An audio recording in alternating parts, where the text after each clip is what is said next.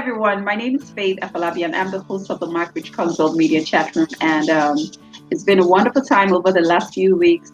Today will not be different. And today we'll be having a guest, someone I've always have known for over 10 years. And he's been consistent in his work in the development sector.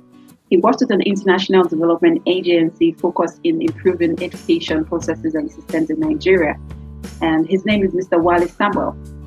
I respect him so much, and he's been doing a lot of work and very passionate about education. So let's meet him. But before then, let's go on a very short break, and when we come back, we'll continue. Stay tuned. Welcome, everyone, from that short break. And my name is Faith Afalabi, and you've been speaking with me, and you're about to meet Mr. Wale Samuel, an international development expert in the non-for-profit sector with over 15 years of experience. He'll be sharing his story on how he started his journey into the non-for-profit, and I'm sure you will be picking one or two lessons from it if you're there watching and you want to start up a career in the non-for-profit sector here in Nigeria or abroad. Let's meet him. Hello, nice to be here. Thank you. So can you tell us how you started your journey, your name, and how you started your journey? Yeah, my name is Wale Samuel. I've always had this dream of working in development sector, even though at the time in my days in the university, I graduated in 1990. That's quite a while. And at the time, the development sector in Africa was still at infancy. But at the time, there was, I'd always loved the international sector. So my first degree is in international relations. So there is that's not a coincidence, you know. Yeah. I've always loved that. I wanted to be a diplomat. My dad was a retired diplomat, so I was surrounded by international experiences. And you know the way it is in Nigeria, you graduate and then most dreams fall apart because of the lack of structured mentoring and all that.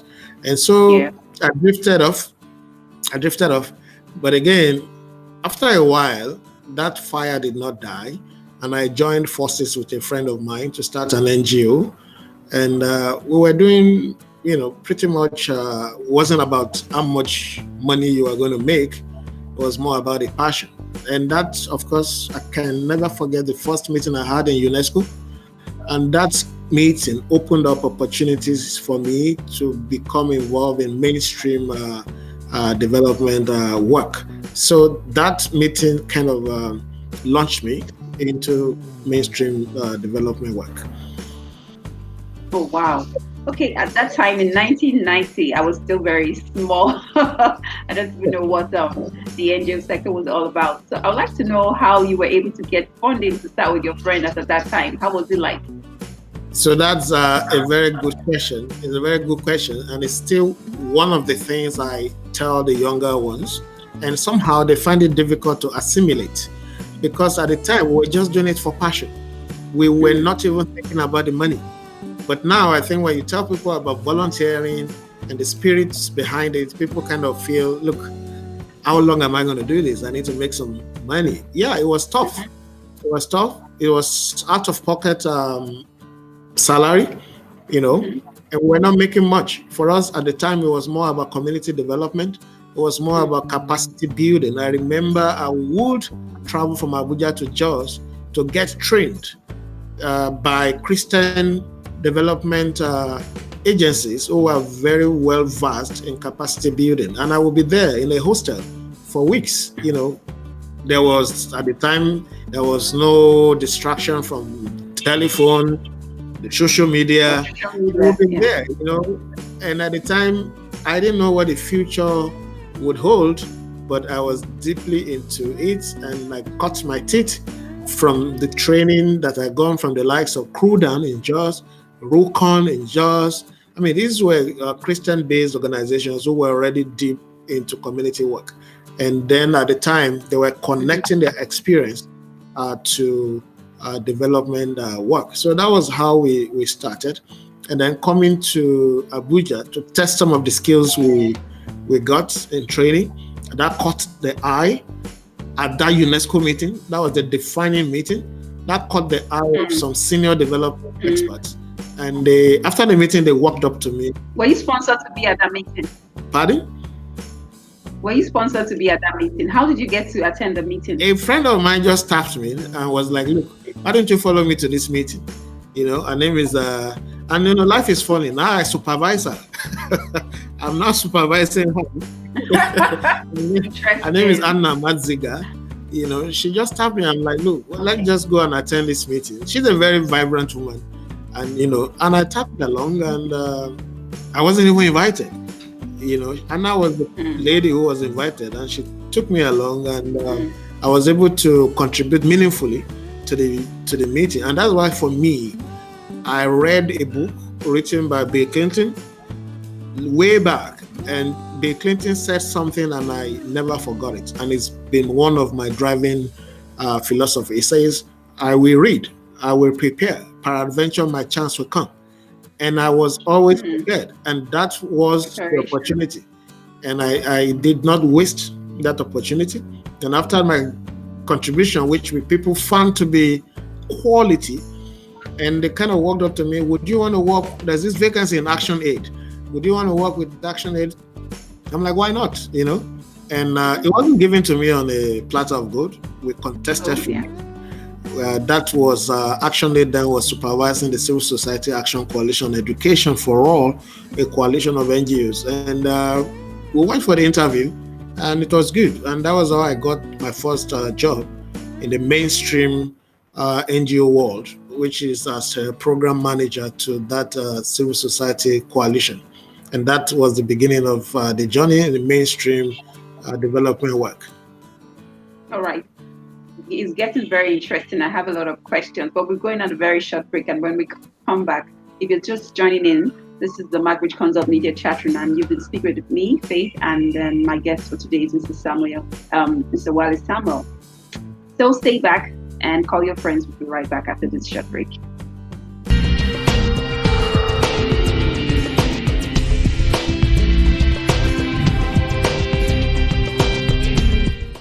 Welcome back, everyone, from that short break. And my name is Faith Afolabi. You've been speaking with Mr. Wale Samuel. We've been hearing him share his story on how he started his journey in the non-for-profit sector.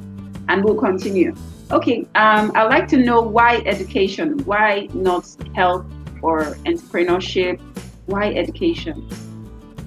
Yes, sometimes some people will tell you that when life throws a lemon at you, you could turn it into lemonade. And that was what happened, because the Civil Society Action Coalition Education for All at the time was focusing on education for all agenda, getting kids in Africa into school, and not just into school, but providing quality education.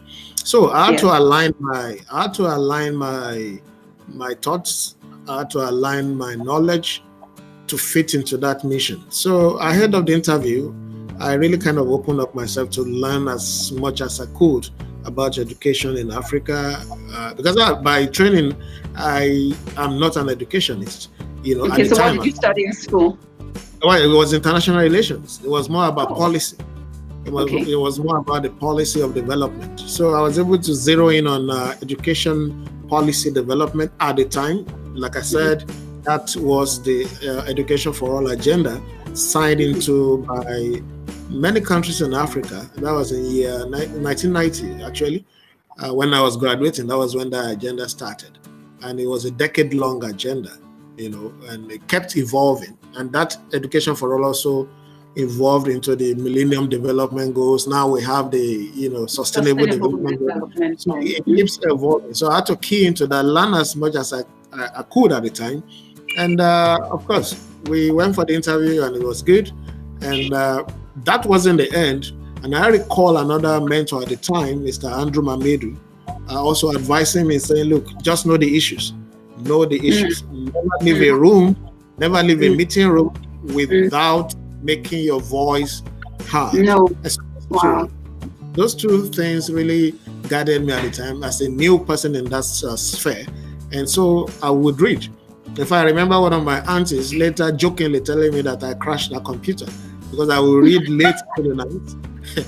I will read late into the night before meetings, prepare notes, and knowing that you were working with teachers, seasoned educationists that you had to engage with at meeting, professors, PhD holders in this field. And I was just someone just with my passion, just with my passion. So I would always make sure that I was very well prepared for meetings. A lot of research went into it, and over time I caught up, and I had the opportunity of having my master's at the York University in UK, and I deliberately chose to major in education policy development. So that gave me the academic and professional grounding to really improve my deliverables at work. Okay, so I know in Nigeria we have a lot of issues around education, starting from budgeting, the curriculum, the experts that teach, and even getting children to also focus on the importance of education because of the economy. People want to just make fast money, and they're not really willing to spend, invest much in education. Nigerians do well abroad. From research and findings, when we go out, we do very well. So what is the problem in Nigeria, and how have you been able to impact on maybe any policy? Maybe you can share. I think it's a good question, but again, it's a multifaceted question. It's, for me, the way we got it wrong. The journey started from how we define nationhood. If you don't have a commitment for nationhood, then other things are going to suffer. I've always said it, that look at the Arabs, they have a legacy in Dubai. Look at the Chinese, they have a legacy in terms of their economic emergence. Look at the Indians, they have a legacy in technology. Some of us go there for medical tourism, like you call it. But what legacy is the black man trying to build for the next generation? So I've looked around in Africa. I'm yet to see a country that is very serious about building a legacy for the future. People talk about Rwanda. It's an emerging story. And we pray that that story continues to grow so that other nations can look at Rwanda, who is getting it right, and can say, look, if Rwanda can do it, I can also do it. In Nigeria, in Nigeria, we just need to change the narrative and fight for our country, fight to win the country back. The solution about migration is short-term. It's short-term. It's not going to give us that long-term dividend. And that's why you realize that most people who leave because of the poor infrastructure and the poor educational opportunities go abroad to thrive. And after thriving, they want to come back. But come back to what? Come back to what?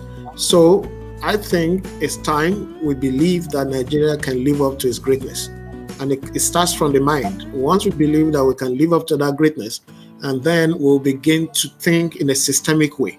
I think one of the problems we also had is that our leaders don't think in a systemic way. What do I mean by that?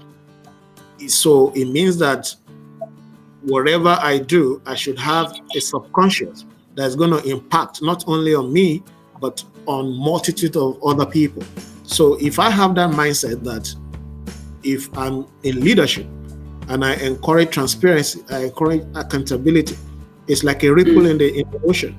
So that little effort of mine can impact others who would know that, look, this is possible. But if we continue business as usual in terms of thinking only about ourselves, thinking only in silo, it's going to eventually affect the system, and people will not believe in the system. And that is one of the problems we have now. People, even those who want to do good, will be like, of what use? Of what use? So it's not like everyone for himself, God for us all. But when we think in a holistic manner, that regardless of a sacrifice, knowing that my sacrifice can change the narrative for a generation, I think that is where we'll start, and people can catch the bug. Those who are out there can come back, regardless of the negative narratives. But where you have a narrative of unbelief, people not believing that Nigeria can ever be great, then there is very little anyone can do. Wow, interesting. So if you were to be the Minister for Education in Nigeria, what is one thing you would change in education? If you were to be given that opportunity today. I've always thought about that, but for me, I think I would just zero in on having data. Data has always been the bane of planning. They say if you're not planning, you're planning to fail.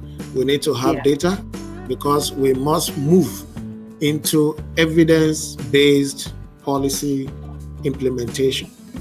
You cannot plan if you don't know the number of kids that are out of school, for instance.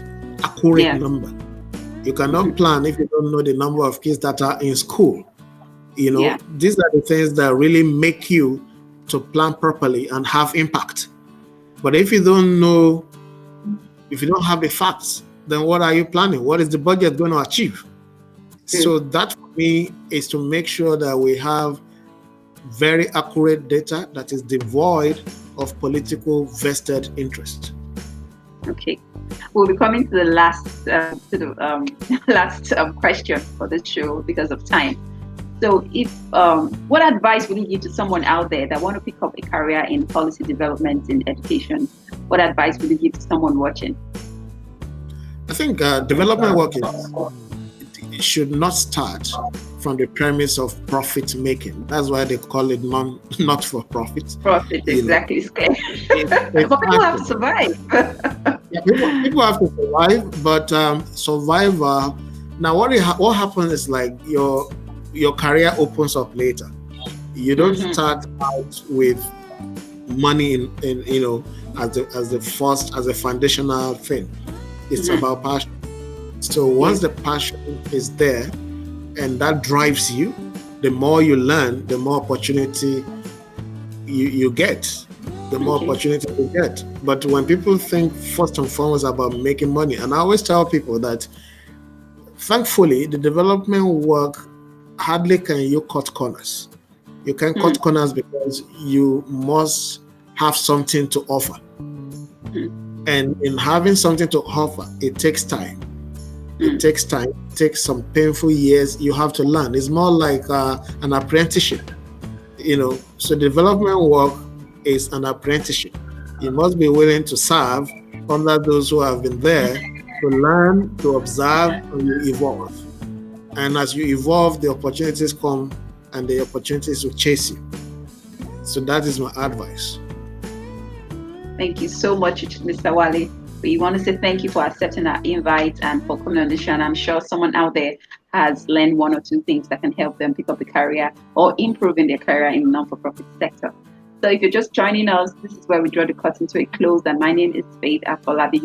We've been talking with Mr. Wale Samuel, an international development expert in the non-for-profit sector. And we want to say thank you for joining us. You can replay back this video if you're just joining, subscribe on our YouTube channel, follow us on all our social media handles, and have a wonderful day. Bye.